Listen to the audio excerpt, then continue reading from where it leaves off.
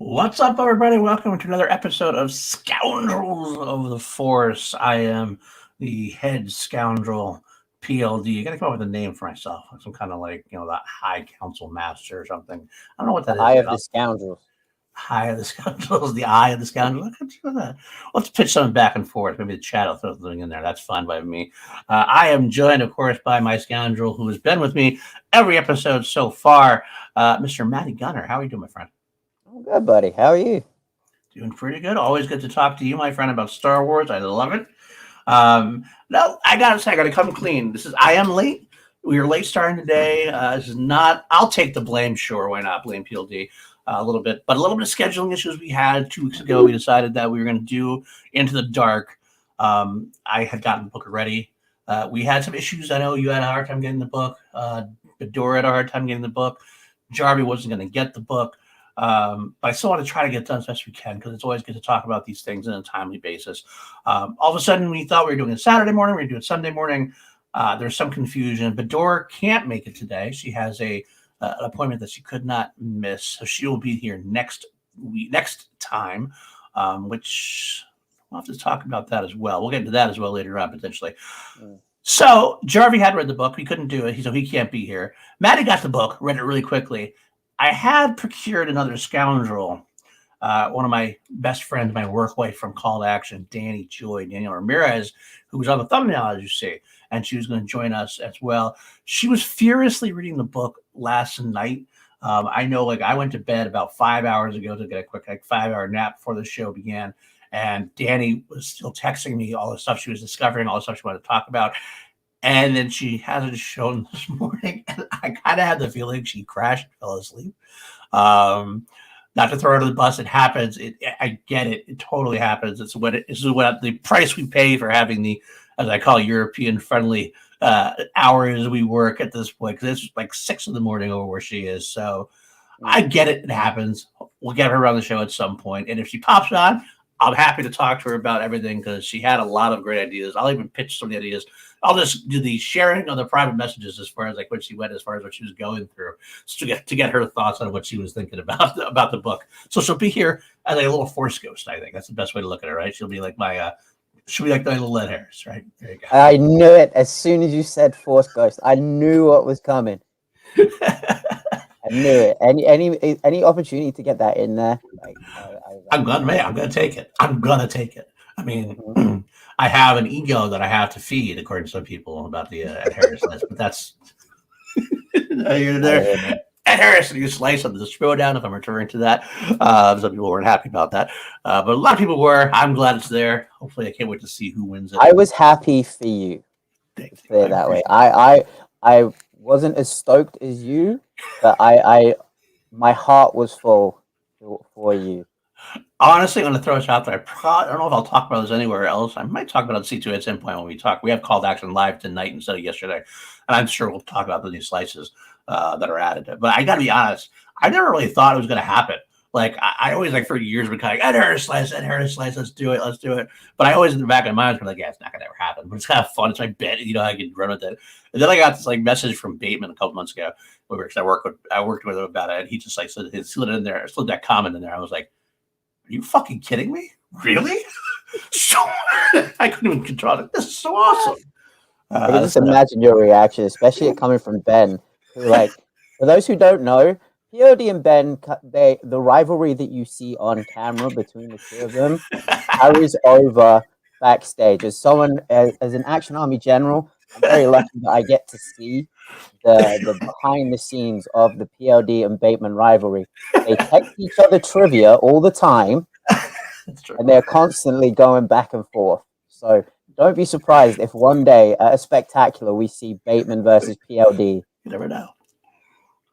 Actually, the funny thing, I'll actually share this in the air too, because I can share a lot of stuff on PLD products. I don't have quite the viewership I get on other channels, which is fine, at least yet. I did nothing to do with Star Wars. You're like, what the fuck are you talking about Star Wars? So I'll be quick about the last one.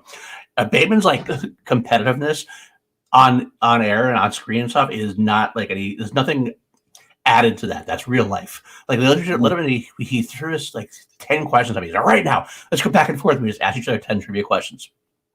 And the last question I asked him, I believe it was we're supposed to be throwing like round 1, round 2 questions. And I said, what's the team? I think my question is a major league question. Like, what's the team that the Cleveland Indians face in the final match or the championship match, or whatever, in Major League to win the division or whatever?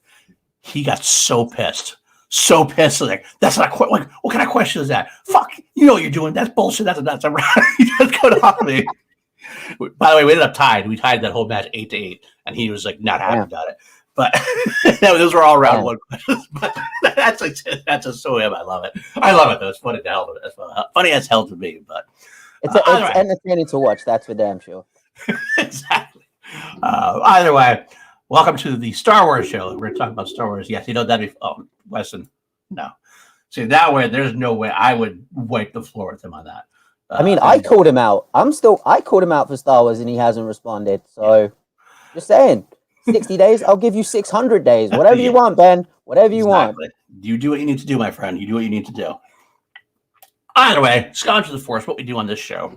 We have 2 segments we usually do. We talk about the news, upcoming news from the last couple of weeks since we were last on, give our take on it, and then we usually do a deep dive of some sort. During that deep dive, we usually take something from an older episode, like we'd watch The Phantom Menace, and the 3 of us or whoever's on screen at the time would take something specific about the piece of media we were talking about, expand on it, like talk about potential bits from around the galaxy, other times that appeared in different places. I talked about Aura Singh from the Phantom Menace was like a 1 panel or 1 frame appearance of Phantom Menace. I talked about how many times she's been in the other parts of the galaxy. But sometimes, and this week, I think what we're going to do also, we're just going to take a piece of new media.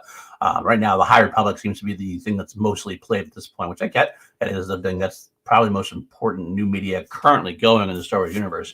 We'll just do more of a deep dive review into it, lesser about taking because I think the older stuff needs more of a draw in, more of a, because we are just going to let's review Phantom Menace, something we've talked about for a billion times, needs a little more of an angle. This will just kind of take as a new piece of media that we can look at and take a deep dive into. So without further ado, let's get into our news bits. Of course, we were on 2 weeks ago, so a lot has kind of happened in 2 weeks. Bigger news pieces than usual, stuff that we have to comment on. First one I'll start with, I have some pictures from there. I just drew up this one this morning. I usually do a news piece, like curation of stuff, but I didn't catch this until I went to StarWars.com. Queen's Hope. Now, I don't know if anybody has been following this. It's a young adult series by E.K. Johnston, who had done, obviously, Queen's Shadow and Queen's Peril. She also did the Ahsoka book. She had another Leia book. It's been kind of a series going on, a series within a series. I didn't even know. I hadn't been paying attention. I've been reading the books. I'll say it first. I've been reading the books. I hadn't paid attention to like the fact that there's going to be another one, or there was a series of books or whatever. So I looked at it like, oh, it's another one. But I'm actually kind of excited about this one. I watched the first 2 were decent books. I can't even say that. The first one was a great book. The second one I'm still reading. It's not the ones. It's not like Into the Dark. I got that. The High Republic. I get that. I read it right away. This book's I kind of like I got it, and like I'll read it slowly along with like 5 other books I'm reading. I'll get there. What's cool about this book for me, and then I want to hear your thoughts, Matty. This one for the first time, the first 2 books have been prequels, basically. Been like all about Padme on Naboo with her handmaidens, all this stuff before we get to meet her in the Phantom Menace. It was an interesting backstory. This is new for a new angle on things. E.K. Johnston's taking us into the Clone Wars. She's already married to Anakin Skywalker. This is something that takes place deep in the Clone Wars, which is interesting to me in terms of like Dave Filoni obviously gave us the Clone Wars series, and we got some Padme in there. But she was kind of like lesser compared to like the stories of Anakin, Obi-Wan, Ahsoka, things like that. So a whole book about what's going on during that intrigues me. I'm kind of curious where this is going to go, and I love me some Anakin Padme stuff. So I'm looking forward to this. What about you, Matty? Have you read any of these other books yet, or what do you think? I have. I've read the other 2. I really like them. I really enjoyed them. I feel like prior to and somewhat during the Clone Wars series, we see Padme as not, I don't want to say throwaway character, but like a secondary character. Like we know her as a senator, as the former Queen of Naboo, as Anakin's wife, but in the Clone Wars, they did a really good job of fleshing her out as a character. Mm-hmm. But these books really did more for that. Like they really like make you invest in Padme, and you're like, oh wow, I didn't know like that she was this much of a badass as she is, because Padme, she is a badass. And one of the things I love about the Clone Wars, especially with this book being set in the Clone Wars, was when they get into the more political stuff and how active Padme is in the political side of things, as well as just being Anakin Skywalker's wife. She is very much that lead voice for bringing peace to the galaxy. And I'm really curious to see where they go with that. Yeah, it's a good point. It's funny you mentioned when you talked about this. Like I said, I kind of threw this at Maddie. And we're like, what's the book's name? Like, it was Queen's Child, Queen's. And Maddie threw out there the Queen's Gambit. And I was like, oh, yeah, that sounds like it. I thought it was too. And it turns out this book was going to be named Queen's Gambit at one point. They changed it after the Netflix series became big, and they couldn't. We can't have it be Queen's Gambit anymore. So we ended up Queen's Hope instead. So you weren't wrong. You definitely had your finger on the pulse. The pulse has changed a little bit. But hey, Movie Fan will be in the chat. Let's see. Always, my friend. Thanks for popping by. But yeah, I love the idea, because I love the idea of that Padme is a badass. You get to see a lot more political intrigue, and I get to see that in the Clone Wars books. Is what I want to see. Like I said, you see a little bit of the Clone Wars cartoon, but seeing that in book form will give her a little more ways for her to flesh out that character a little more, especially in that time. That's where she's mostly a badass. Her most badass stuff she did was like the Leia stuff that we didn't get to see from her, the behind the scenes with Bail Organa, with Mon Mothma, but I'm also very interested to see how she uses her handmaidens. The handmaidens, like, are big parts of the first two books, and like it's a very exciting delve into how she lived her life at a Corday, and who we see briefly in the movies, and even less so in the cartoons. But the books have really got expounded on how that all worked, and it's very interesting to read. So I'm definitely thinking it's going to be a fun time to read that one. Yeah, absolutely. I especially with, like, we may find out like how she deals with finding out she's pregnant. Right. I'm hoping that's the case. Somehow that'd be awesome to find out at this point. But all right, moving on quickly, some other news bits before we get into our talking about Into the Dark. The next bit is a Inferno Squad update. Gina Gavankar, I can't remember how to say her name right. I'm always horrible with that. I know you know her best. Star Wars fans know her best as Iden Versio. I might know her a little better as Shiva from The League. Have you ever seen The League? I haven't, no. God, fantasy football fans would definitely watch. I just finished my watch. It's like an older show, like it ended in 2015. I got told so many things about it. I never watched it, but if you like fantasy sports at all, and you like friends that are, well, assholes to each other, you'll love this show. It's very, very funny. Shiva Kamini is so good. All right. Anyway, now here and there. There was a tweet. It's a tweet that she made, or a fan made, about wondering what Inferno Squad was about. If you know what Inferno Squad is, Inferno Squad was from Battlefront 2. They were a Imperial group squadron, of course, specialists led by Iden, and you got to watch them during the time of Return of the Jedi after the fall of after the Battle of Endor.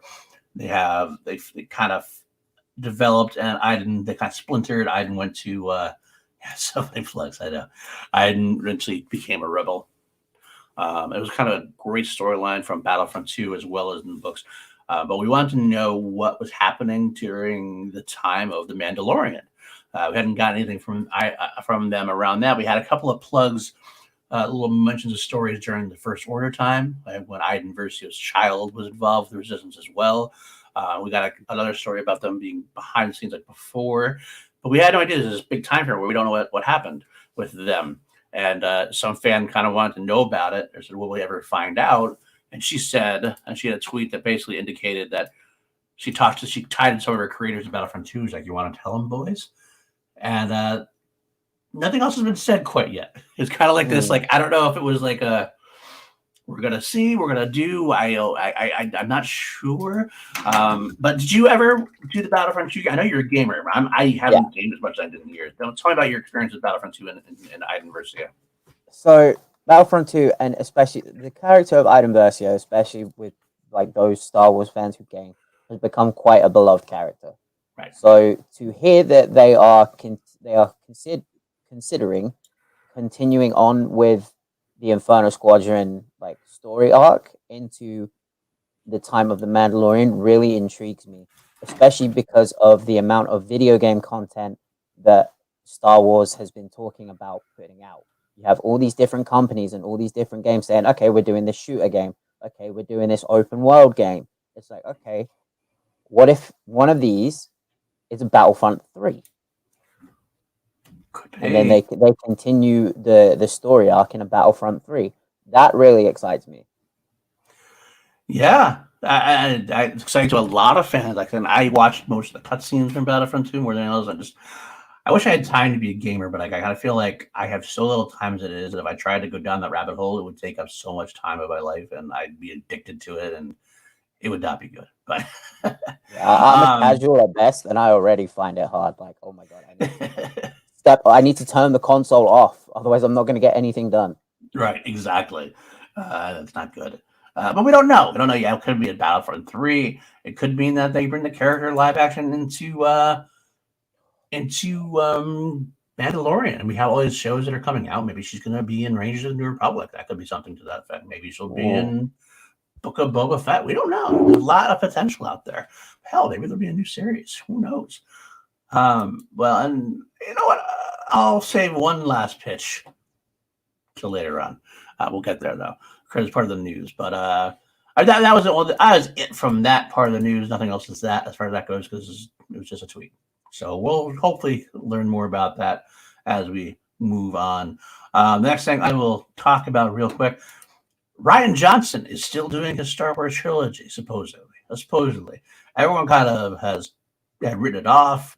Nothing's been announced by Disney. They had the big Disney release. They're talking about all sorts of Star Wars news, all sorts of Disney Plus series, announcing Rogue Squadron, Patty Jenkins, Kevin Feige's got a movie, Taika Waititi's got a movie, and no one ever said anything about Ryan Johnson at that point. And kind of people assumed that it was just quietly being like swept under the table due to the, shall we say, mixed reaction to The Last Jedi.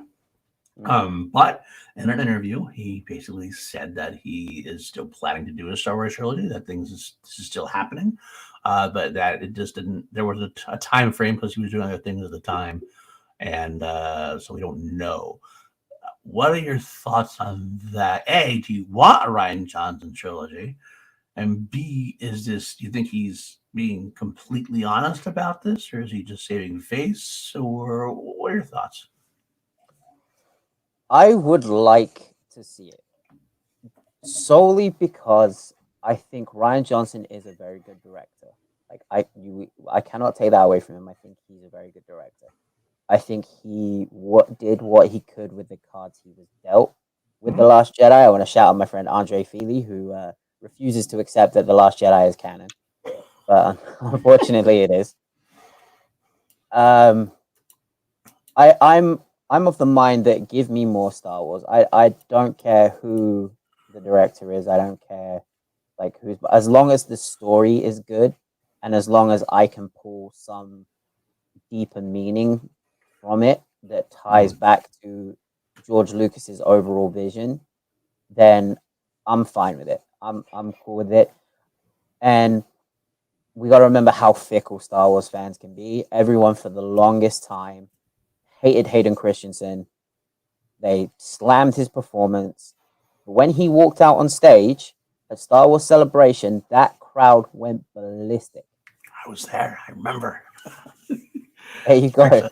It was very So exciting. It was imagine very we powerful. get to Celebration 2026 or 2030 or whenever it is, and then we haven't heard from Ryan Johnson in a good few years, which I think Ryan Johnson would be good to do is like keep out of the. Obviously, he's going to get asked, but just try to avoid any Star Wars talk. So if this does happen, because we don't know if it's going to happen, but if it does, keep out of the keep away from any Star Wars talk in interviews. So when it gets announced, he can walk on stage at Star Wars Celebration, and the crowd will go batshit. Potentially, very much potential Especially if there. it looks good.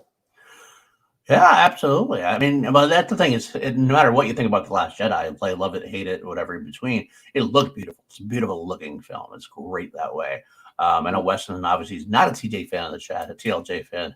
And I kind of get that. I understand that. There's different reasons. Definitely, I do feel like it's. I'm not sure I totally agree with Weston as that at that point. I feel like it's the same vitriol from some people, different sect of people, perhaps. But I do think that there is hatred that will kind of dissipate over a while. I do believe you're right that way.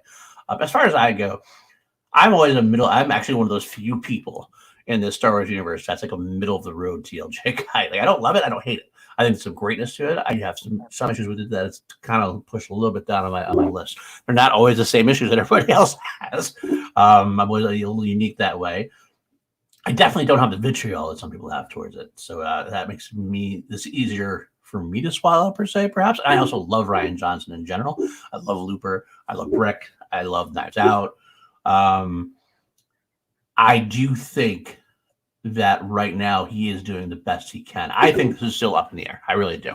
And Weston, actually, I'll throw it up there again. Weston, thanks for being in the chat. I love you, man. He says that whoever replaces KK could drop it immediately. By the time this all goes around, Kathleen Kennedy might be replaced at that point, or maybe she'll step away. I mean, it's that far in the future at this point. That's hard to tell. We don't know what's with the pandemic and things like that. We don't know what's going to happen in 2021 at this point, let alone what's going to be happening by the time 2027, 2028 rolls around. I am not going to advocate for a Kathleen Kennedy firing. Just how I'm making that clear on this channel. I do not advocate that at all. I'm not one of those people. I think that Kathleen Kennedy is a very intelligent producer, very smart producer. I do think that she's not great on the being the creative head, so to speak. I think she should definitely, if she's not already doing that, just to cede a little some of that control as far as like Dave Filoni or Ryan or Jon Favreau. Let them be more the creative head and let her do what she does best, which is produce things. That I'll go with. But as far as her being replaced, I'm not advocating either way, but it could happen. And if that happens, maybe someone takes that and says, Rian Johnson, fuck that. I don't want to see anything to do with this guy. But with that being said, I think right now he's got to do what he's got to do. They're going to ask him a question, and he's going to say, yeah, as far as I know, I'm still working on it, because he probably hasn't heard. He probably hasn't heard either way, honestly. I think when they decided to take this hiatus from films that they decided to do after Rise of Skywalker, I think that was a blanket thing. And that they'll start talking about what we can do next, I think they want to put some distance in between Rian Johnson's name, probably. I think that's probably on their mind. Like, I don't think we should do this now. We had Last Jedi, which is so toxic, divided, divisive. Rise of Skywalker was also not the big hit amongst the fans as they would have wanted to complete the Skywalker saga. So let's throw in there some Patty Jenkins, some Kevin Feige, some new names of the thing, and then maybe we can revisit Rian Johnson later on. But as far as Ryan's in his head, yeah, I'm still working on it. We're just it's telling, because before he said, yeah, I just got to do Knives Out and then I'm going to start work on it. And now it's, well, I got a lot of other things going on, but I'm still working on it. So I think in his mind, he's writing it out. He just knows that's going to take a while. I think it will happen. I think something will happen at some point, barring. I think right now, like I say, right now, if things work out the way it's working out right now, he will come back. He could change his mind anytime. Kathleen Kennedy could change her mind anytime. Kathleen Kennedy's successor could change her mind. Anyway, we might never get it. But right now, we're going to get it. I'm happy, because I always said one of the best things about Rian Johnson to me is I wanted to see a Rian Johnson Star Wars story that wasn't centered around the characters we already know and love. Because Rian Johnson seems like someone, he wants to take risks on things, wants to do things his own way. And I think if they were new characters, I don't think anybody would have had as much bitching about. A lot of bitching was centered around Luke. A lot of bitching was centered around how they handled some of those situations. But if these are characters we didn't know, we're just introduced to, I think they might have had a different reaction. So, with that being said, I'm all for forgiving Rian Johnson. He's a good storyteller. He knows what he's doing as far as movies go. I think give him another shot. I'm fine with it. So, I guess we'll find out, though. Maybe 5. I loved the cancer bite stuff. Like, I'm one of the few people that I thought that was a really, really great idea, just executed maybe a little bit poorly. Because we've seen the smugglers, we've seen the bounty hunters, we've seen the underworld. Show me the criminal elite. Show me the arms dealers. Show me the millionaires and the billionaires and the corrupt politicians. And to credit Ryan Johnson, and this is the single biggest credit I will give Ryan Johnson, is he made me more invested in Adam Driver's career. Not The Force Awakens, not The Rise of Skywalker, but solely because of that moment where Kylo Ren is in the walker and he sees Luke down below and he's just like, fire everything at that man. Right. Like, I want him dead. Oh. Yeah, you don't get that without good direction from Ryan Johnson. And I'll argue too. I'll argue the throne room scene is one of the better scenes in Star Wars. The whole when Rey and Driver get to fight back, Rey and Ben get to fight back, and Snoke gets killed. And it's phenomenal stuff there. There's a lot of good in there. And I'll also throw out there. I don't think Ryan could have done anything different with Luke, because that was kind of the way it was set up, right? The end of Force Awakens, Luke has been away for 5 years. No one knows what he's doing. No, I mean, like, so the fact that he was hiding or exiled, whatever, it was kind of already set up that way. I don't know what I would have done differently that would have been made as much sense anywhere else. But I digress. We'll get into The Last Jedi at some point, because I know we're going to get into that. We'll actually probably do an episode on The Last Jedi at some point. But either way, that's where we are for there. We think it's going to happen eventually. Otherwise, I don't know about how many we'll go to the next story. I have 2 stories left. Star Wars comic books. I have slowed down a little bit. I used to read everything as soon as it came out. I kind of got overwhelmed. There were a lot of projects going on. I kind of have slowed down a little bit. I've fallen off some. I've read all the High Republic stuff. I've been reading the main lines, and Darth Vader has been a great comic run. If you haven't read the Darth Vader run, I suggest that's when you go with. Greg Patrick killing it with that. But they had a big event that was just announced in the comic books, which have kind of made me a little excited. They teased this image first. And you got Boba Fett. Now, obviously, Boba's bigger than Mandalorian right now. Got the whole book of Boba Fett coming out. Boba Fett's actually he's risen up a few notches on my list. I was never a huge Boba Fett fan as far as I go. Yes, Action Cat is here. If the camera's not there, there he is. I'll lift my leg up a little. That's what he's on me. He's like, I want to eat. I want to do something. But I do think that. So Boba Fett didn't necessarily excite me. I'm like, okay, another Boba Fett story. We'll find out. And when we got the full details on it, I realized it was bigger than just like I thought it was gonna be a miniseries, a Boba Fett miniseries, and it is, but it's actually going to be an event with a big crossover. That excites me, because it always does. We're getting War of the Bounty Hunters, which is a very cool concept. Conceptually speaking, they said that what they're going to do is they are going to take the time after Empire Strikes Back, when Boba Fett takes Han Solo into custody and brings him, takes Han Solo into custody and takes him to Jabba's palace. I guess there's a big story we didn't know about that took place in between that time frame.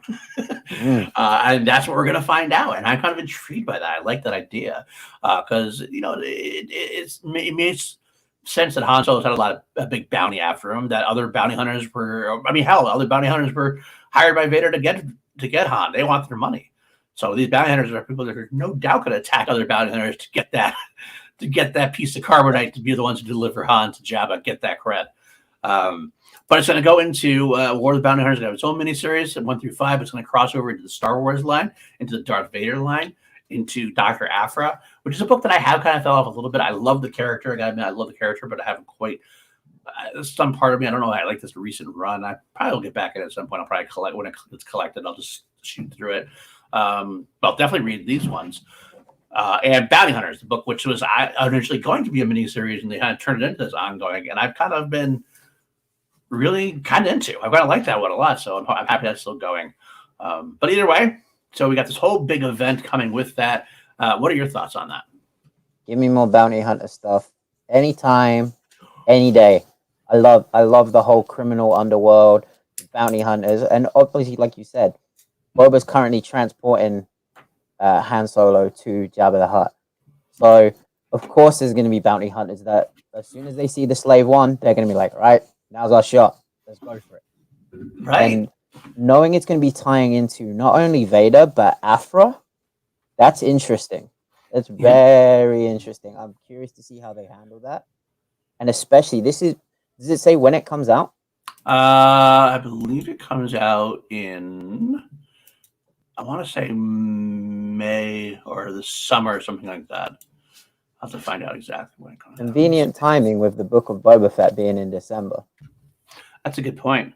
That's a very good point. Maybe this will be some kind of like maybe they'll tie it. It can't obviously be a connection as far as that goes. The time frame won't match up.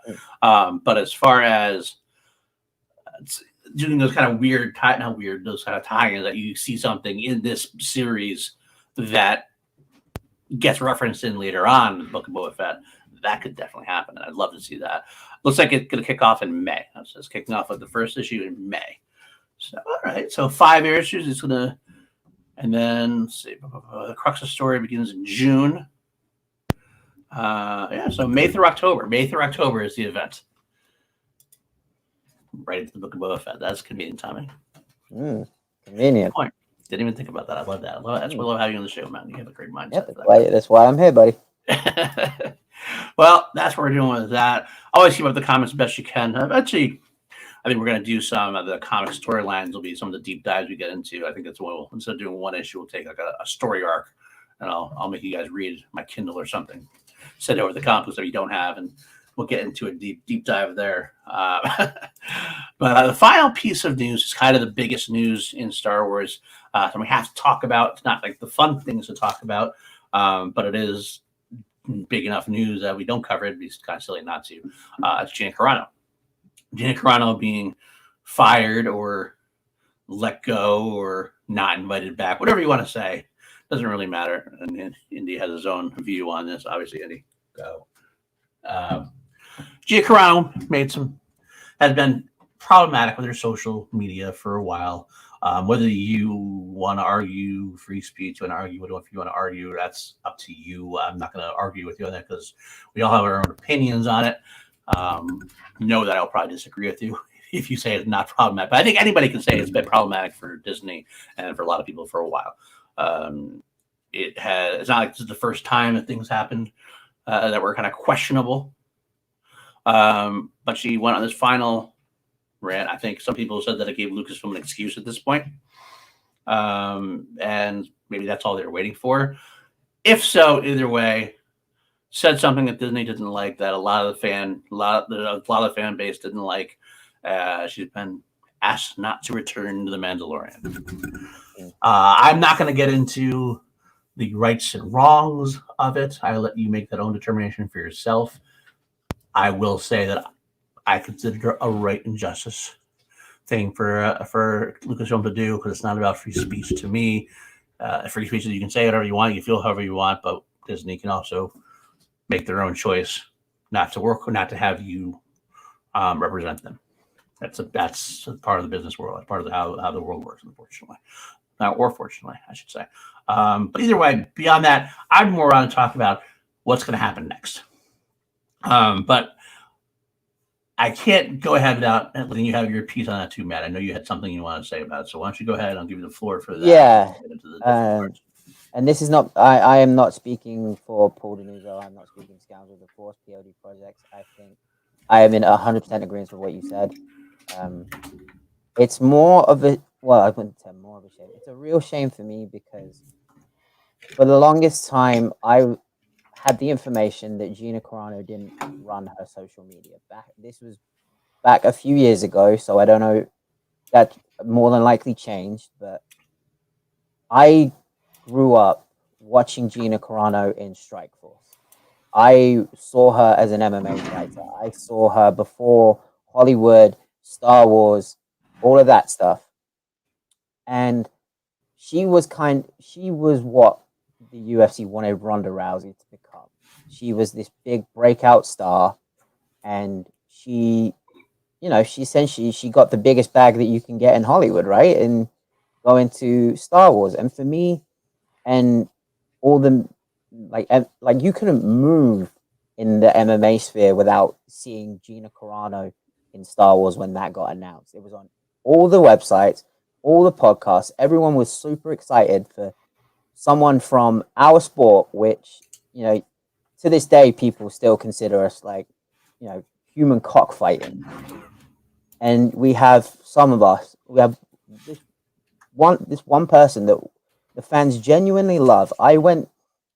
This was a few years ago. I was in Vegas for a fight week, she hadn't been in the MMA sphere for a long time. She came into the arena and showed up on the big screens, and the place went nuts.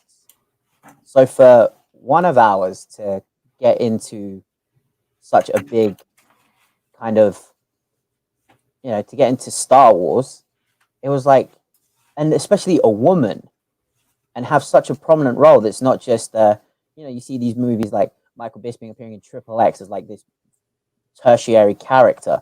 Like Cara Dune, they were planning on making a series off of her. So it was like, yeah, one of ours has broken the barrier into Hollywood, not only Hollywood, but a massive, massive property like Star Wars, and is a huge character. And then for her to put out the stuff that she did, not only was like, oh, you blew it. You blew it for so many of us. But it's just like, you are not the person that we always thought you were. And that's a real shame, because a lot of people love Gina Carano, in like, not just in MMA, but like over the world. Like, she was a big inspiration for a lot of women. And just to see the horrible, horrific things that she was saying, it was just like, come on. Like, Right. of all people, Right. in what position that you have, you're using your platform to say these things. It's just, it didn't sit right with me. Fair enough. Fair enough. But moving, so that's our little piece on that. But moving on, as far as what we should really talk about more is what now. So obviously, Cara Dune is a big character. At one point, it's kind of come out that there was an intention, like as you said, to have Cara Dune have her own series somehow. Whether that was going to be Rangers of the New Republic, whether that was going to be her own thing.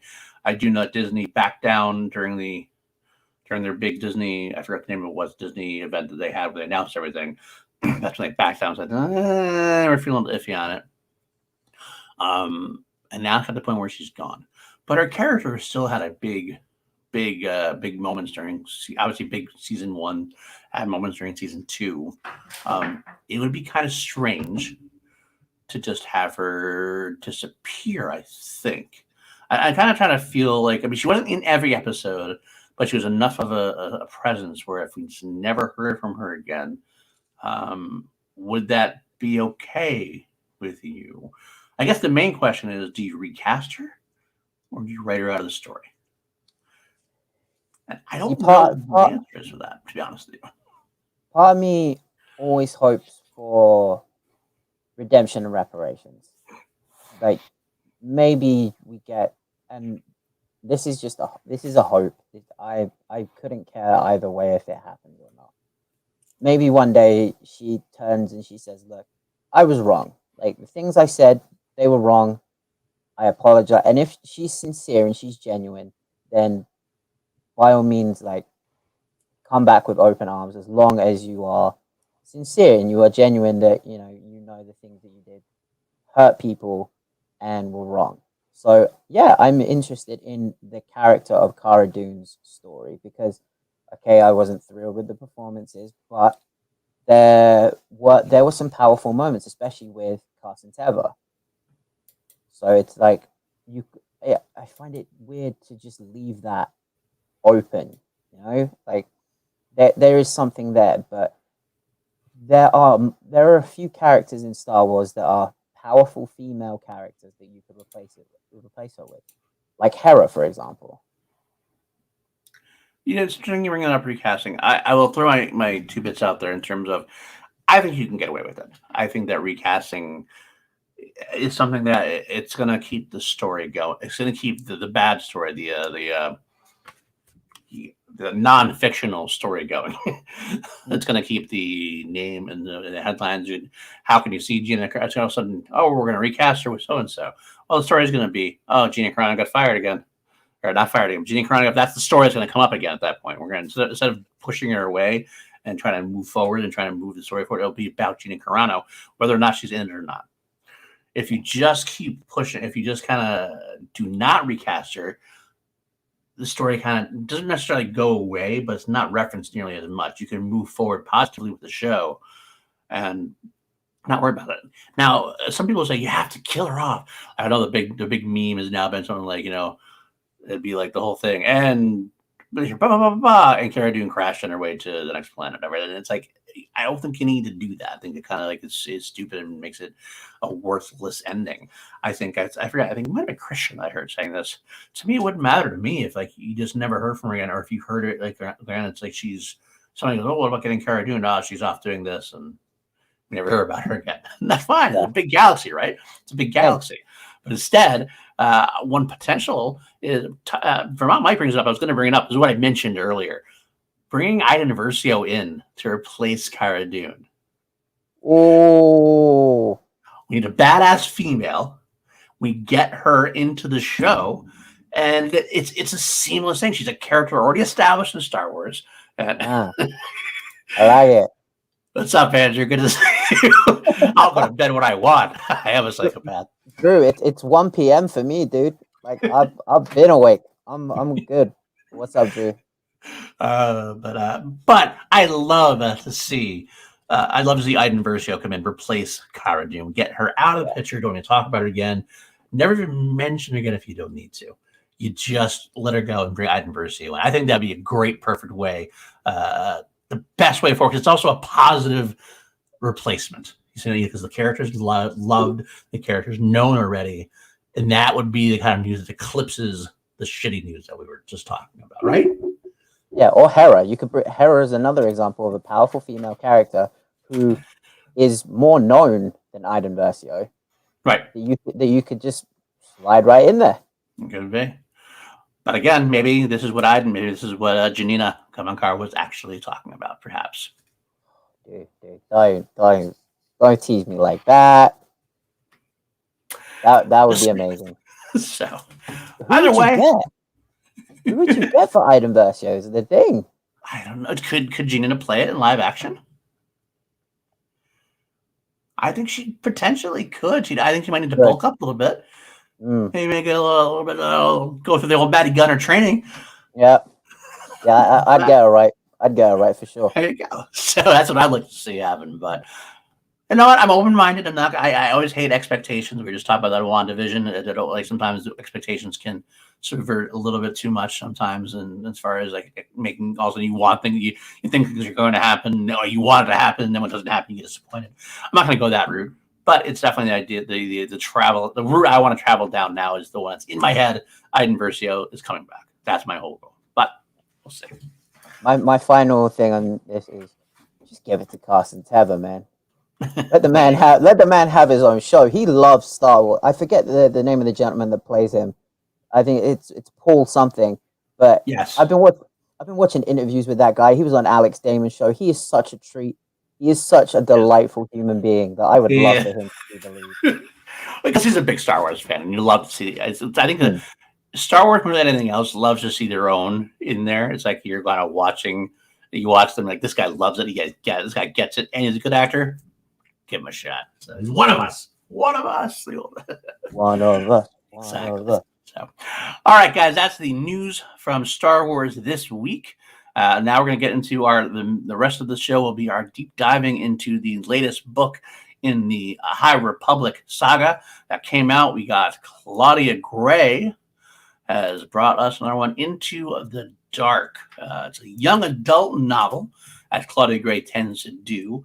If you haven't read any of Claudia Gray's stuff, she's basically considered the best of the new canon authors. I mean, you can say Timothy Zahn does the Thrawn books and people love him, and I get that. But he's also an old school Star Wars author. So Claudia Gray definitely started with Lost Stars, has been on everyone's lips from the Star Wars universe. Karloff has been pitching that for years. I loved that book. She's done a Leia book. She's done Bloodline. Bunch of different things that she's been involved with. Slowly has done like 5 or 6 books now, and she just keeps dropping in things from the lore, building out this lore in a way that the movies haven't been able to do in a way. After reading the first High Republic book that set up, we talked about that about a month ago. We had a deep dive into that. I will just recap real quick and say that I believe we all loved that book, and it did a good job with what it was doing. But a lot of it was set up. A lot of it had to set up a lot of things. This is kind of one of the first times we get to see, all right, we got set up. Now, where are we going with this? What's some of the meat of what's going to happen? And I'll give you. What did you think about the overall before we get to the deep dive aspect? Your overall thoughts on the book?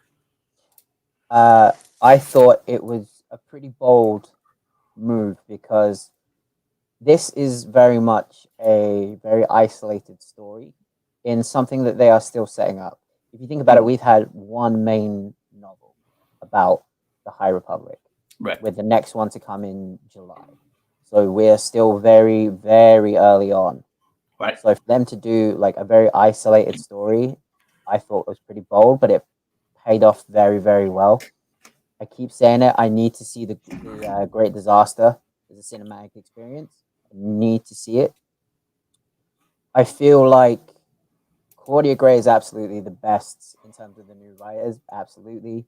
And the amount of careful consideration and planning that is going into these stories is incredible. And they're taking the old George Lucas approach of they are pulling from different movies, TV shows like this one. I got heavy The Walking Dead vibes from. Yeah. And they are turning it into, all right, how would that work in Star Wars? So, and yeah, I really enjoyed this. I really enjoyed this. I'll pack on to that. Like I when I went into this novel, my first thought was it's Claudia Gray, so I like Claudia Gray. That's a good thing. But when I read like the summary or the summary, the teases and what this was going to be about, I wasn't sold on it. I was kind of like, okay, we just went big and now we're kind of going isolated already. I felt like this was something that was so. I thought this could be a filler. I thought this might be a filler story because it kind of, like I said, it harkened back to me. For those of you who did read who's old enough like me, who read a lot of the expanded universe when it came out, it kind of resulted in the New Jedi Order was kind of like the same feel. We had a big beginning. New Jedi Order was a big series, very polarizing series, but it had similar marketing in terms of it had like 5 or 6 big novels. These were the hardcover novels. These are the storyline you needed to read to get the whole idea of what was going on with the Yuuzhan Vong. In between, you get a lot of paperbacks, like 4 or 5 paperbacks between the big ones. Yeah, and they would be a little more isolated, but at the same time, a lot more filler. It was kind of like, oh, what's going on with this character during the Yuuzhan Vong? It doesn't really matter too much to the overall story of what's going on, but it's interesting to check in. That's not necessarily a bad thing. I'll be honest. There's a book called Traitor that was one of those books in the New Jedi Order, and it was a deep dive into Jason Solo. Yeah, I remember that one. I don't remember it in depth, but yeah. That actually was one of my favorite Star Wars books of the expanded universe. I loved it that much. Okay. So I would definitely seek that out. Although I don't know, I kind of wonder how much it plays off if you haven't read the rest of the New Jedi Order. But either way, it's another deep dive we'll hit into at some point. But it's because I love it so much. But I did wonder what you have the chance to do that, or you have the chance to be basically it didn't mean much. This did a good job of being more towards the trader side, because I think there's a lot of stuff that was introduced in here that we get to unpack later on. A lot of cool characters were introduced that I hope we get to see again. And at the end of the day, even if we don't, I just had a good time with this one. I had a good time in this setting, which is something we need, because if the High Republic is such a big event, right now we have one book on it, plus comic, plus another young adult novel. So we need to expand out anyway. We need this. I feel like this needs to expand out quickly so we get this whole setting. Right now we have the setting of the rebellion era. We get a setting of like where Rebels was at between episodes 3 and 4. We have a big setting there to play with already. We also have a lot of material in there. We have a lot of material between Star Wars and Empire Strikes Back. We're starting to get into that Empire Strikes Back era. But there's certain areas I really want to see us like just expand quickly enough that we get room and things to play with. So we have a basis of where we can go with it. And this is just one of those places. So without further ado, let's get a little bit deeper dive into it. Let's start. The characters that we get to meet, some of them, it basically hones in on the character called Reath Silas, who and his master at the time was Jorah Malley. Reath is his Padawan Jedi, one of the things I loved about both this and the High Republic for the first novel was that we got introduced to a lot of different archetype characters in Star Wars and Jedi's. Very different Jedi's. They do a very good job individualizing these Jedi so far. Like Attack of the Clones, for example. One of the knocks I always had against is I love the battle sequence on Geonosis, seeing all those lightsabers in action, all those Jedi fighting and else. But they basically said, yep, here's your Jedi. Just give them a lightsaber and they're Jedi, and we don't really know much about them. And we don't ever learn a whole lot about a lot of them. It took a long time to dive into the Jedi Council and get stories about Kia-Di-Mundi and things like that. We've got to do. But in this book so far, in just 2 books and another three books and a comics, we have a certain amount of Jedi that we know a lot more about, and they're very different from each other. This Jedi in particular is one who doesn't like adventure. Yoda must love that in a way, but he wants to stay home. He wants to go to the library. He wants to read up on the histories, and they do his work not on the front lines, which to me was fascinating. It's kind of like he wants to be the quarantine Jedi, basically. Yeah. Right? Yeah, that's exactly what it is. He's perfect for 2020. At this point, he's what we all should be. I'm not going outside. I'm not going to the front. I'm not going to the Starlight thing. I'm going to stay home in the library and read. Yeah, just let me read my books, man. Leave alone. But he also, there was a danger in that character, and that you could see him almost be he'd take it too far, and he'd be whining about it all the time and everything else, or it'd be like, oh, it's going to keep him from doing things that he should do. And it never got to that level. It was always kind of like a thing of, well, I got to unlearn what I learned, and I have to do some of these things. These things are important. You never strayed from making the hard decision. But it was just interesting seeing his concept. I liked the character. I'm actually very interested to see where he's going to go. I'm hoping we get to see him again. I guess that's a little spoiler that he makes it through the book, but he is your main character. So in Star Wars, it usually happens for the most part. They made it through. But I liked him a lot. What were your thoughts on him?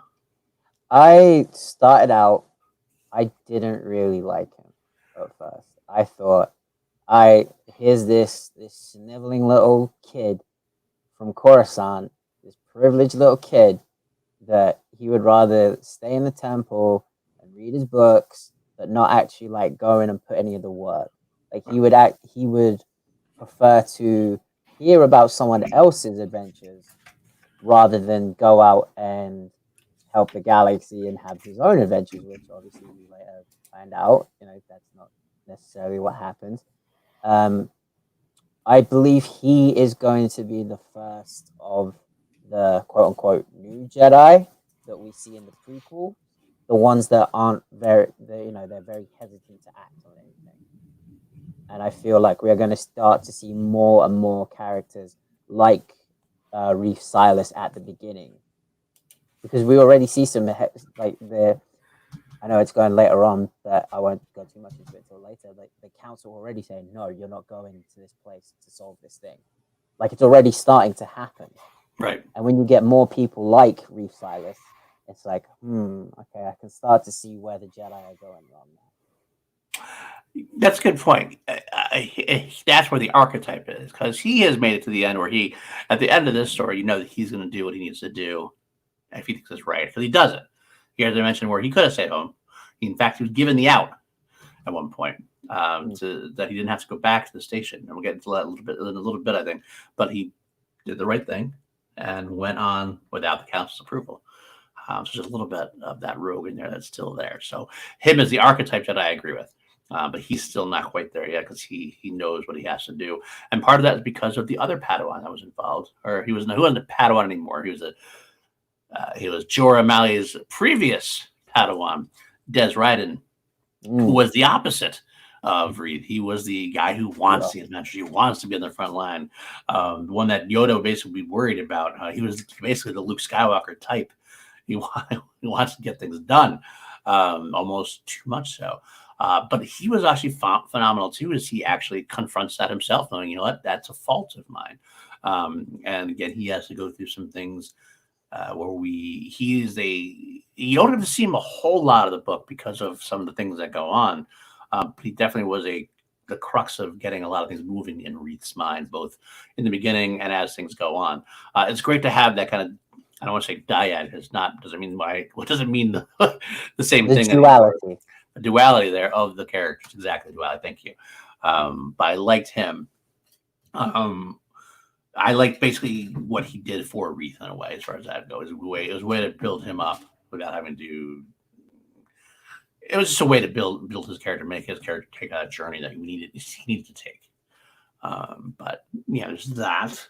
But let's go through real quick. This we have Orla Gelini, the Wayseeker. We have Comac Vitus, who was another Jedi who worked with Orla. I felt like Comac was probably the least developed to a degree. I kind of felt like I didn't know him as well. Even by the end, I kind of felt like a little like with him. But then you also have the Bind Guild people. The Bind Guild people. I can get into that in a couple minutes because there's some of my favorite parts. Got to meet some more Nihil, which you're gonna. I know you're loving the Nihil. I'm gonna definitely have to talk to you about that, amongst other characters. And we had the introduction of another villain at this time, or not. I shouldn't say villain, but another monster, another enemy of the Jedi, the Drenagir. This basically Swamp Thing, Man Thing kind of villains of the Jedi we didn't know much about, but they're pretty badass. Let's get into that right now. Let's get into that because that's the big. If there's one thing to take away from Into the Dark, it's the introduction of Drenagir into this universe, this storyline, and it means that the Nihil are not the only ones that the Jedi are going to face. I will say this: I was hesitant about that, but after this book, I love it. I love it a lot because I love the Nihil, but the Nihil to me still seemed like. I don't know how to say this without. Cause I love the Nihil. I love everything they're doing, but I wasn't sure if they're up to the task of being a villain against the Jedi. Yeah. Comparatively, because at the end of the day, as cool as they are, they're still pirates. They're powerful pirates, but Jedi should not have a whole lot of trouble as far as that goes. It's to step down from like the Sith per se. It's a step sideways. Very cool characters, very fun stuff. But as far as their true threat to the Republic, where it is, I wasn't completely sold on after the first book. Getting the Drenagir involved, having the potential of both a three-way war, because obviously Nihil and Drenagir don't exactly get along in this either, but potentially have the Drenagir and Nihil be a two-pronged threat to the Republic of the Jedi at this time. Now we're getting dangerous. Now we have potential where you could see the Jedi having problems fighting a war on two sides. At this point, perfect for your boy there to take advantage of in the situation as far as his war. He knows what he's doing. But I loved it. There's a horror aspect to this entire book, which I loved. I'm a big horror guy, as you know, so that it kind of reminded me a little bit of the old school Death Trooper book that they did. It kind of had that horror vibe to it. What did you think about the Drenagir in general? When I first heard about them, I was like, okay, so you're basically taking a perhaps B, C level Doctor Who villain and putting it in Star Wars, because this is plant life. Okay. And as soon as like you learn that the abandoned station was overrun with plant life, I was like, oh, here we go. Like this is gonna be the Drengir. Yeah. And I was like, okay, I'm not overly interested in the Drengir. Like, give me more Nihil. I want the Nihil. That's who I want more of. But then you find out, not only are they these plant life that eat what they call meat alive, like they don't kill you first, they will just eat you alive, like oversized Venus flytraps. To find out not only did they fight the Sith, but they more than held their own against the Sith, that fascinates me. Yes. Like, this is a story point that we'll get to, but when they were removing the idols, I got a massive Raiders of the Lost Ark kind of feeling. Because it's like, I don't know if you should be doing that. Right. And I was confirmed to be right, because those idols were keeping the Drengir dormant. I really like them. I don't like them as much as the Nihil. But yeah, the fact that they went toe-to-toe with not only the Jedi, but the Sith, that fascinates me, especially when you have like Comac just shook off any idea that they were connected to the dark side, which again shows that growing arrogance of the Jedi. Yes. It's like, oh, okay, like don't These guys are dangerous, and I'm curious as hell as to how their feud with the Sith side, because they're both of the dark side. So I'm curious. Yeah, there's a lot to unpack with them. There's a lot of history. Obviously, and setting it up where they do, they set it up on this space station there that's built by Maxine, um, which actually, like I said, I throw in there Danny Joy and her little comments to me were like the Maxine. They're kind of like almost like they seem like Mandalorian in a way, and it's true. They do seem a little Mandalorian. The Maxine were introduced in Claudia Gray's Bloodline novel. They came back. Maxine warriors are definitely historical, ancient warrior type race, which I get the tie in with that. But so you have that setting there, and also if you didn't notice it, I think I mentioned this on last episode. If you follow the canon, we've seen the space station before in the Rise of Kylo Ren. This is basically what Snoke turns to, and Snoke basically makes this his home, so to speak, in a way, which is a very, very interesting thing to go, especially after how we ended this, to see, are we going to get connections to this in the future somehow? Is this going to be, I'm very intrigued to see how that all goes down. And hopefully this is a station we're going to get more stories from eventually. That's a good point, Weston, by the way. The training gear. Yeah, Filoni would love these guys. I think Filoni would have a lot of fun with these guys. I think he will. I think he'll get his chance to. I think he will too. I think he definitely will. I think you'll see that in live action at some point. I really do. But I love the introduction of the character as far as the race goes. It's a credible threat. The whole sequence that takes place on the training gear. I don't know if we can call it home world or not, because I don't know if that's where they're from, but that world where they're kind of stuck on for a while. It's terrifying. When they had the characters there, with Breath was there with Des, there's definitely some very horror vibes there, and I love that aspect of it. But then the Jengar come back. We're left off at the end where we're not sure where they're going and how much they're going to be back into it. But obviously, we know that through reviews and people talking about the High Republic, that they're a bigger part of the High Republic. So we're going to see more of them soon. I can't wait. But let's get into our other characters now.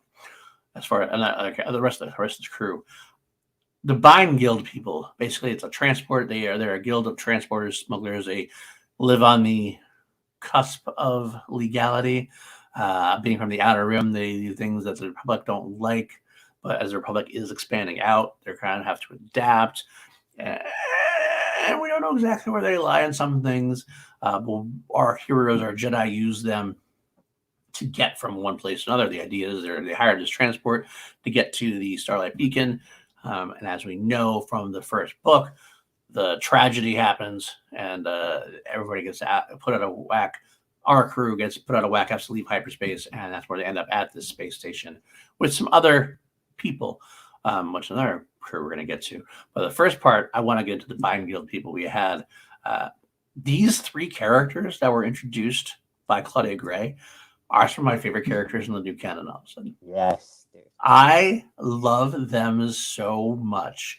These I feel like they were written for me, especially Leox Gyasi. Yes, dude. I was hoping you would say him. He is my favorite character in this book. Claudia Gray said in an interview that Leox is what you would get if you gave 1990s Matthew McConaughey a spaceship and saw what happened. I was like, that's speaking to my soul. I've wanted a character that Matthew McConaughey could play in live action, and this is it. This is completely it. He is so swashbuckler, the shirt down. He's like got a little bit of flair. He's like, to me, I was looking at it. If you combined, I was looking at a Star Wars character. You combine, like my favorite character from the expanded universe, there was Talon Card. You would combine like Talon Card with Lando Calrissian and added a big slice of Hondo Onaka. I think that's where you get Gyasi there. He's a good guy at heart. He's got a good heart. But he's definitely not above that, doing things that are a little illegal or immoral. And it's more about his family. It's more about his family there. Like, who do you consider his family? Obviously, he considered Affie Hollow as the little girl, not little girl, but the young female there. His almost like a child, like a father figure to her. And Geode, which we're going to get to. This is his family. And whatever he thinks is going to do right by them, that's what he's going to do. And he doesn't matter whether like it's going to affect him in the whole as far as his job goes. He has his job with the Bind Guild, but he's ready to dump it at a heartbeat if it means doing what Affy thinks is right. He's going to protect her. He's going to protect her at all costs.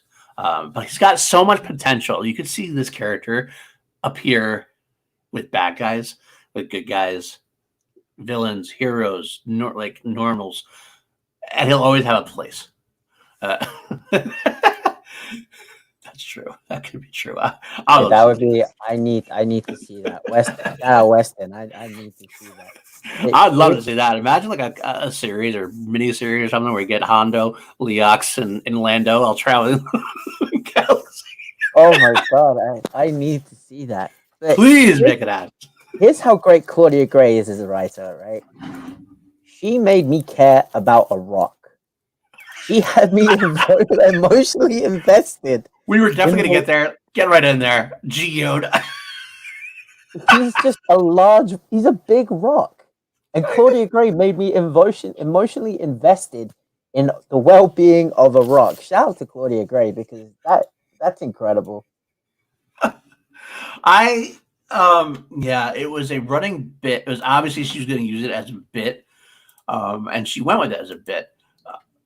But at the end of the day, at the end of the book, you really freaking cared about this rock who had no lines, who had no real action sequences. He helped out a couple different times. It was just this great running bit that everyone's going to need something. Obviously, Leox and Affy were all in on him and talking to him. And it was this very eccentric part of the book. Whereas a reader, you're with Wreath and you're with the Jedi and you're watching the interactions. You're like, what's going on? They're talking to a rock. The rock's not answering back. The rock's not moving. Is it? But they turn around and the rock will be halfway across the room, like somebody moved it. And you're like, wait, what the fuck just happened? And this time the rock fucking saved them. They saved them. They're like, I don't understand what the hell is going on. I don't know what's happening, but and the thing is with Weston, that is funny, dude. That is funny. But it's like the thing with the High Republic, right? One of the things that it does really well is it makes you care about these characters, then it kills them. Right. The writers would make you love these characters and then kill them. I was like, please do not kill. I thought for sure they were going to. I was like, I don't care about anyone else. Make sure that these two make it out. You can have Reef Silas, kill him if you need to. Just make sure that Leox and Geode are okay. You can even take Affy if you have to. Absolutely. Real quick, I just found this image. This is Leox. It is Matthew McConaughey, basically. Dude, that is McConaughey. Definitely aired after McConaughey, but that's not it's words there. I know it takes me a long time ago, so we're actually not going to be able to ever get Leox and Lando, or it's like he's a human, so you can't just say, "Oh, long live" or whatever. Force Ghost. We'll make it work. We'll not make it work. But either way, I loved these characters. Those are my favorite parts of the whole book. Like the Jedi were cool. The Jedi were fun. I got to see them. But this was the fun we needed in the book. You need to have these kind of characters that you can be entertained by. I got more invested in these characters than I did with the others, to a degree, to be honest with you. So I'm really hoping we get to see more from these characters. I think we will. I'm kind of set up at the end where we're going to have. I think if they didn't appear again, it'd be a waste. I don't think Claudia Gray wastes. Claudia Gray is very known for sprinkling in stuff from her other works. That's what I kind of meant before, how she's been good at expanding the universe. She's been kind of using those pieces along the way to make a better lore overall. And let's be honest with you, their part we'll touch on real quick from that. Affy Hollow, who is the more blank slate of the three characters. Great young, almost naive and to a degree, but just learning the ways of her foster mother who runs this guild, and Lyax, who's obviously been around the block a time or two. I love that Lyax doesn't actually ever thrust anything upon her as far as the seediness of the underworld, or he kind of tries to protect her, but not in a typical lock her up in a tower kind of way. It's kind of I just got to let her come to this on her own. He'll introduce a concept and go, well, think about it. What do you think it could mean? And if she gets there, he's like, yeah. But if he doesn't get there, he's kind of like, okay, and lets it go, knowing that he Yeah. trusts her enough that she's going to eventually come to the right frame of mind, so to speak. But yeah, so I loved her. They had this whole subplot about her and her foster mother, Scover, who we learned has definitely done some naughty things as far as not like evil as far as Sith Lords go, but things that you shouldn't do in business, that kind of thing. It made her unproud. Questionable things. Right, exactly. So it's a cool little subplot to have. Doesn't really matter as far as the big universe goes, but it's a good additional point to that. And then Geo, I just hope we see Geo again. Geo and Lax. That's what I want to say. I think you need that in this story frame, in this part of the universe. You kind of have the Jedi, you have the Drenagir, you have the Nihil. You kind of need these characters to kind of fill in the gap, so to speak. And they're some of my favorites, so that's why I know I'm gonna love them. But either way, let's go into Nan. Nan, who was another young girl who was involved and she was on a ship with I can't remember his name now. Thinking about it, his name Nan and I forget his name. But either way, it was like her guardian. Yeah, her guardian. Basically, they're in a ship together. Haig, that's it. Haig. Haig, yeah. They're in a ship. He uses Zabrak, which I love always. I love always seeing Zabrak. I know you love Zabrak. So anytime you see Zabrak, I'm excited about it. What was that? They are also not abandoned. They are also in that same area that the Jedi get involved with at the station. They have to dock at the station at the same time, and they're travelers. And it is part of this whole crusade where the Jedi are leading this whole team. They're trying to spread out food and make sure everybody's fed, and they're trying to figure out this whole crusade, this whole issue that's going on. And Reith becomes very close with Nan. Very close with Nan. We don't know much about her, but I guess spoilers. I'll say spoilers here, and I'll throw it out there. It's revealed later on that Nan and Haig are part of the Nihil. What were your thoughts? Were you surprised by this reveal at all? How did you know it right away? What were your thoughts when you read that? I had an inkling, but I thought she could literally just be, because it started to focus on the Drengir. I thought, okay, maybe the Nihil are going to take a back seat in this one. Right. And I thought maybe she is just a young woman who takes an interest in the Jedi. I have to preface this. I love the Nihil. Like, I love the Nihil. Nan is like such a good shit weasel in this. It starts out like, oh, it's just me and my guardian here, which, by the way, more Zabraks in the Nihil, please. And then she slowly builds this bond with this gullible young Jedi Padawan who's never been on like much adventure. He just wants to read his books. He's the perfect person to get information about the Jedi out of, because he knows pretty much everything there is to know about the Jedi at this young stage in his life.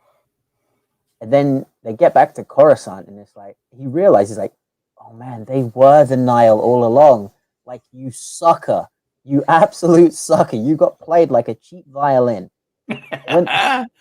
When they got back to the station and all those Nihil warships were there, I was like, oh, you stupid Jedi, you stupid Jedi.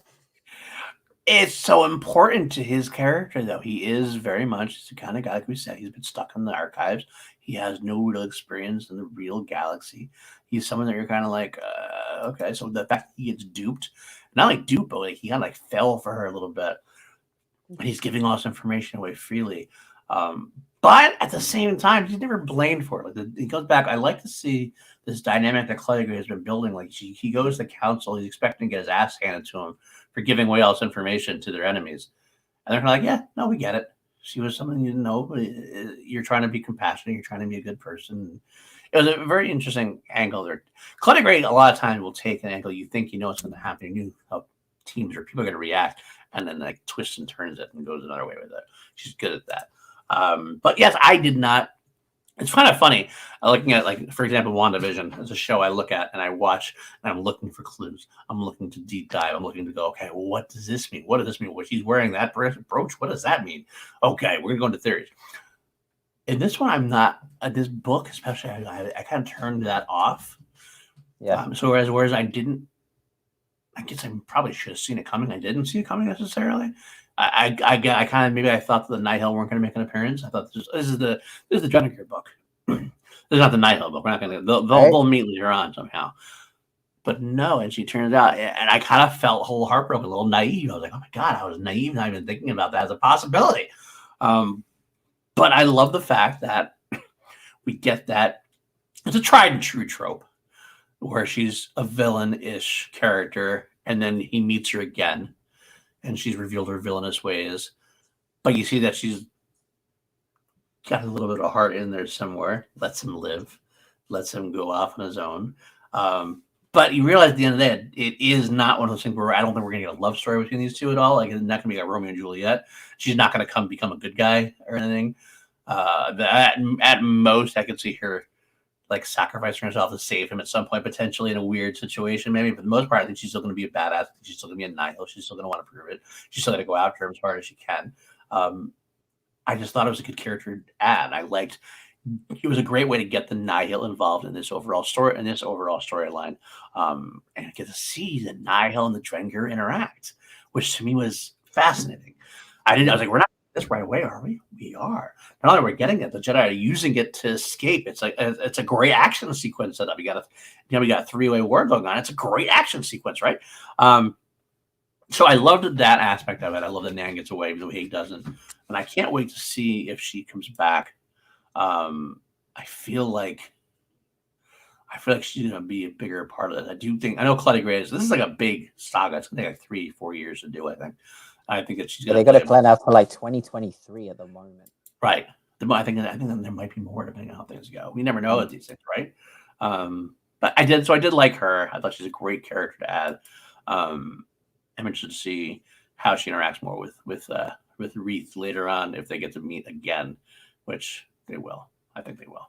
And I like how she went to, because spoiler alert, my guy Marchion Rowe is in it a little bit. He is. And he says at the end, "We will be the destruction of the Jedi." I was like, "Oh, this is getting tasty now. This is getting good."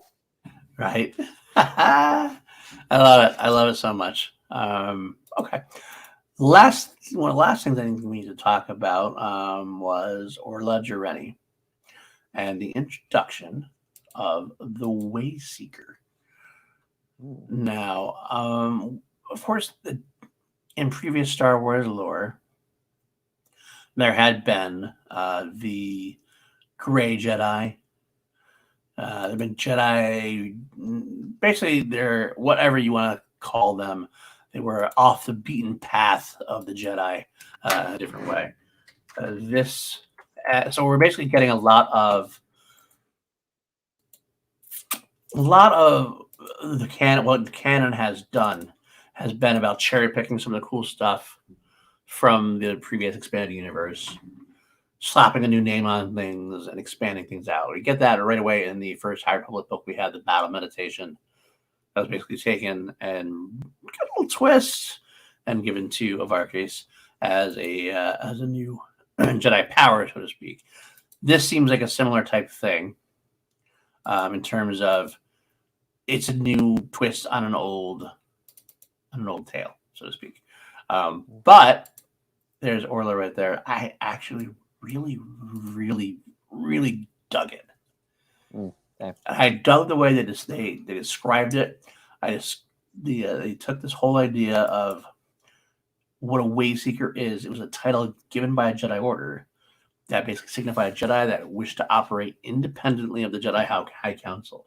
So they're basically given the free reign to go, okay, you need to find your connection to the Force on your own. You can't do it with us necessarily. I think that's why we don't see these guys in the prequels.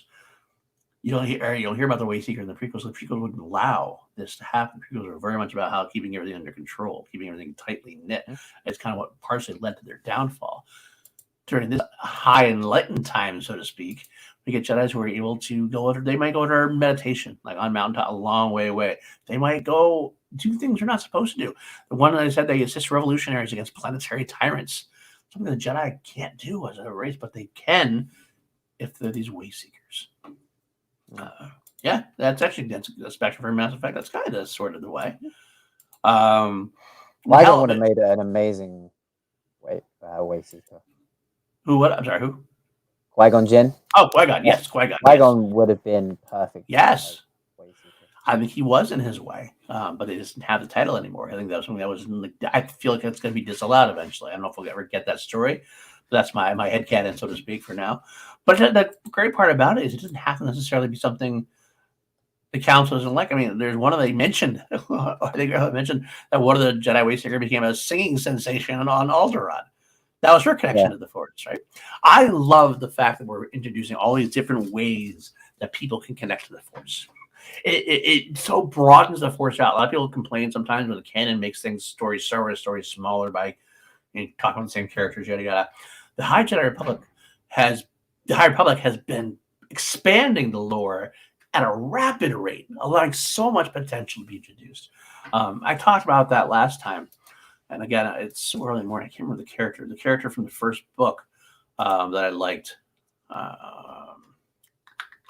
The Jedi that was he was the guy who was Varkrese's best friend, whatever. He was the one who wasn't made a Jedi Master for a long time because he was tinkering too much with different things of the Force. You know the character I mean? Yeah. The one that we all really liked. I really liked him. I can't remember his name now, unfortunately. I'm just blanking on it. But he's a character in the first book that was he was held back from his councilhood because he wanted to tinker with different ways you could interact with the Force. And so he was his own unique character. You have the Wayseekers now, and you have different people like Cormac is one of those Jedi you're wary of in a way because he keeps talking about basically the ends justify the means in a way, and like getting his emotions involved. Something that we know is a no-no. He isn't like that. He wants to be able to express his emotion, his grief, and everything else. So I think he's actually a character we're gonna have to. Even though I put him on my list of not the characters I wasn't as big a fan of, I think in the future he could be a character we have to keep our eye on. I could see him being someone that could go dark very quickly. I sympathize with him. I do too. One level of when they go into the visions of the quest that they had 20 some odd years earlier, and I could see how Orla she sympathized with those snakes, but at the same time, I hate snakes. I'm terrified of snakes, so I was with Cormac when he killed all those snakes. I was like, yeah, fuck snakes, kill them. But I could see where Orla was like, no, we're on their land. They're just acting out of self-defense. We shouldn't be harming these creatures. And I could see where both ways could potentially be a problem. Yeah, absolutely. He's got some. That's the thrill of the dark side, though. The idea that it's very seductive because it taps into those emotions that you have a hard time controlling. So when you go down that path, it's a very human thing. You interact with people, you feel what you feel from them. We always feel for somebody who has lost somebody or somebody who hasn't quite found their way. You feel for those characters. And it's whether they can control themselves or they can move on is the question. And I have a feeling that we're going to get more into that question. We've already had that a little bit with the Just in Ireland book. We had the Padawan who was questioning things and went dark for a bit, was brought back. There's a lot of potential in this that it's so open-ended. But I love the idea. I love what the potential is at this point, especially since we're getting word from Claudia Gray at some point. That's what I want to see more. Anything with Claudia Gray, I'll read. Basically, that's what I've decided. What else? Anything else about the book we should get into? You want to deep dive, or should we wrap things up? I had a couple of what I'm going to coin on our show as the Leo meme moments. And you brought one up, which was the space station. Right. And for those the Leo meme moments of where you had the Leonardo DiCaprio, we had the thing in his hand, he was pointing at everything. Yeah. You had the space station, which was essentially Snoke's home. That was the first one. Christophsis being mentioned, I thought was pretty cool. Yeah, that's it. The Barash Vow getting a mention, I thought that was pretty sweet. This idea of a Jedi will go into years of meditation and solitude on their own. But that was pretty cool. That getting a mention. Did you? That came from a comic book you read. Do you remember that? I don't know if you read Yeah. that. Okay, I'll make sure because that was something I was again I like that idea as well. You bring that up from that it would happen first in Darth Vader, Dark Lord of the Sith, when Darth Vader had to track down Jedi and he had taken the Mirage vow. That's why he wasn't around during the Order 66 or during the Clone Wars. He had taken a vow and was far away. But Darth Vader had to track him down at that point. But I like that mention as well because he's adding on more. The more you add on, the more you cherry pick some things from other stories you like, it just makes everything bigger and connected. There's a connectivity to it, which is so unique to Star Wars in general. That's why it's so long lasting. So I'm sorry. Yeah, go ahead with any more of the Leo moments, the Leomi moments. This is actually my last one, and this is why I think Dave Filoni will have a hand in this. Like Dave Filoni will tell a story of the High Republic at some point. Was the mention of the Shrine in the Depths. Now, for those who don't know, the Shrine in the Depths was a secret Sith shrine that was underneath the Coruscant Temple. That the Jedi, and there's one on Mustafar, there's one on Dagobah, that the Jedi and the Sith would fight for control over these vergences of the Force. The Sith had control of the one on Coruscant. The Jedi then, once they beat them, came in, built the temple on top. That was where they went to purify the idols. This was originally meant for an unused Clone Wars arc. Right. So them bringing that in and using that makes me think Filoni has a hand in this, and he's gonna be telling some stories. But that was a big one when they mentioned that. I was like, oh, I know that. Well, not to tease too much more, and this is just an idea I had. We do have the Acolyte being planned. Oh, Disney Plus live action. So, is Filoni involved with that? We don't even know if Filoni's involved with that at all. I mean, he might have a hand in it, at least, very least. That's a live action we'll go with. Maybe. Either way, what I'm really hoping for at some point, and maybe this is in development, we don't know yet, because we all have so much being developed. Maybe there is going to be an animated series in the High Republic. I think there should be at some point, some kind of Filoni-led, or at least produced kind of deep dive into one of those characters. It's chock ready for a Clone Wars adaptation or Clone Wars treatment.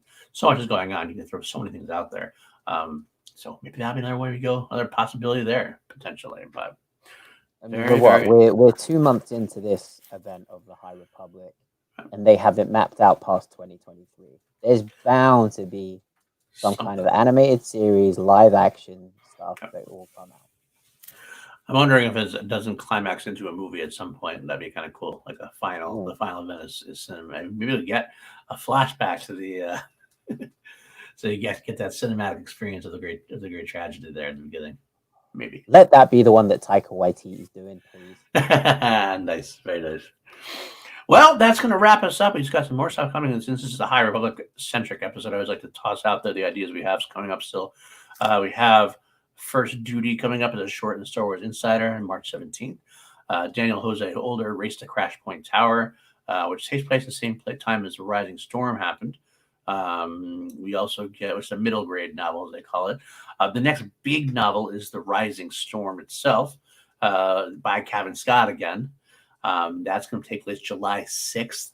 And that features the Republic Fair, gathering to celebrate great things and new inventions of the Republic, basically where we are. Involves Stalin Geos, who we met in the Light of the Jedi, and a monster hunter named Ty Yorick. So I have a feeling that Drenagir get involved somehow in that one. That's my thought process there. That'll be a big Drenagir action at that point. Also an untitled novel coming up July 6th, which is a young reader novel. And then Out of the Shadows, July 27th, Justina Ireland continuing her story of Vernestra Rowe. Those are what's announced so far. But the idea that Out of the Shadows is coming out, which continues Vernestra Rowe from Justina Ireland's book, I have a feeling that not announced yet is the continuing adventures of Reed Siley is going to be in the next Claudia Gray book. That's what I'm thinking as well. And given that Claudia Gray doesn't have a big adult novel yet, I think she will at some point. So I'm hoping that'll be the third novel potentially. I don't know what we're going to see, but either way, that's where we are. Let's get out of here. I actually thought with two of us we'd be taking a little less time, but we went a whole hour and a half. More power to us. Thank you guys for sticking around. Thank you, Weston, Steve in the chat, and your guy for popping by for a couple minutes. Love you, brother. And of course, Vermont and Mike is in here as well at some points. Love seeing you guys around. I appreciate that hanging out, even though we lied about Danny Joy being on today. But Matty, where can the folks find you? You guys can find me right here, Scoundrels of the Force. Whenever PLD is here, I'll be here too, right alongside him. I think he's the Favreau to my Filoni. I have all the crazy theories, all the tinfoil hat theories, and Paul kind of like reels me in and like, hey, let's not get too wild with it. You can find me on Twitter at Matty Gunner. You can find me on Instagram, Matty_Gunner, and also on Clubhouse, Matty Gunner, twitch.tv/Matty Gunner TV. Every Wednesday and Sunday at 9 p.m. GMT, 1 p.m. Pacific, and I believe that's 4 p.m. Eastern, for the ONU MMA show where we break down all of combat sports. Sweet. All right, you can find me on Paul_Denizio on Twitter. You can find me on PLD Products. I will eventually get back to my V. I know I've been saying that for years, well, a month anyway. I'll go back to finish off my V reviews. I will do that. I feel like I did a little bit of time to do that recently. I'll get back into that. Scoundrels of the Force. Actually, to talk about this real quick now. I've been pushing to maybe do this weekly. I kind of stopped. Class action has slowed down with me and Jarvie. We're trying to find a way to retool that potentially. But I kind of enjoying this content. We've had a lot to do, especially with you and with Bedore. I don't think this is bad to reveal. Bedore seemed like she doesn't want to do a weekly show potentially. But I think I might want to do a weekly show. So it might be myself and whatever scoundrels I can wrangle up this week. Matty has said he would do a weekly show, so I think it might be Matty and me as much as we can. I know Jarvie, when he can watch, one reason Jarvie couldn't make this episode is he wasn't going to be able to read the book in time. He didn't get the book. But for the movies, I think he'll have to come back for those as well. So we'll see Jarvie a lot. Bedore will definitely be on every other week. Hopefully Danny Joy will be back on it. Will be on at some point. Also a lot of scoundrels out there. People like Kelsey, who I'd like to hang out with on Talk Star Wars with. As long as you can get them here. Get Kelsey on. What was that? We have to have Kelsey on. That would be amazing. I got to convince her to get up early. You know what I mean? Got to get her or stay up really late. Either way. Good luck with that. Good luck exactly. With that. Other people in the frame. That's what we'll do. But you can also find me on Action Industries with the aforementioned Andrew Guy and Ben Bateman. And I do love the weekly shows, the WandaVision reviews weekly. And I believe we're going to go on to continue doing the Falcon Winter Soldier review when that comes up. And that could be the time. Interesting. Rated R. That's true. If Rated R were lucky, it could actually go worse. That's Kelsey. Yeah, exactly. You also find me on Call to Action when we talk about the movie trivia Schmodown. Got a show tonight. Sunday, usually I do our shows on Saturday nights, Call to Action live, but we had a lot of scheduling issues yesterday as far as people go. So Sunday, we're going to do it tonight, breakdown, at least storyline wise and everything else, talking about the Schmodown event that just took place on Friday. I look forward to the next week as well. Some of the storylines, some of the new slices, things like that. And I think that's it. Another announcement to make sometime soon, but we'll get there. I'll let you know when I can do that. Otherwise, guys, it's great to see you. May the force be with you always, and we will see you potentially next week. Like I said, I want to make it a weekly thing. I haven't officially decided that yet. But we'll talk to Matty. I think we'll probably touch base on Attack of the Clones next, since we did Phantom Menace first. Maybe we'll do Attack of the Clones next and go from there. Potentially. I'll have to say I'll talk to Bedore, see what she wants to do. She said she'd be back next week. So yeah, let's see what we can do. But otherwise, keep an eye on my Twitter. I'll let you guys know. If not next week, then definitely 2 weeks from now. May the force be with you. Always.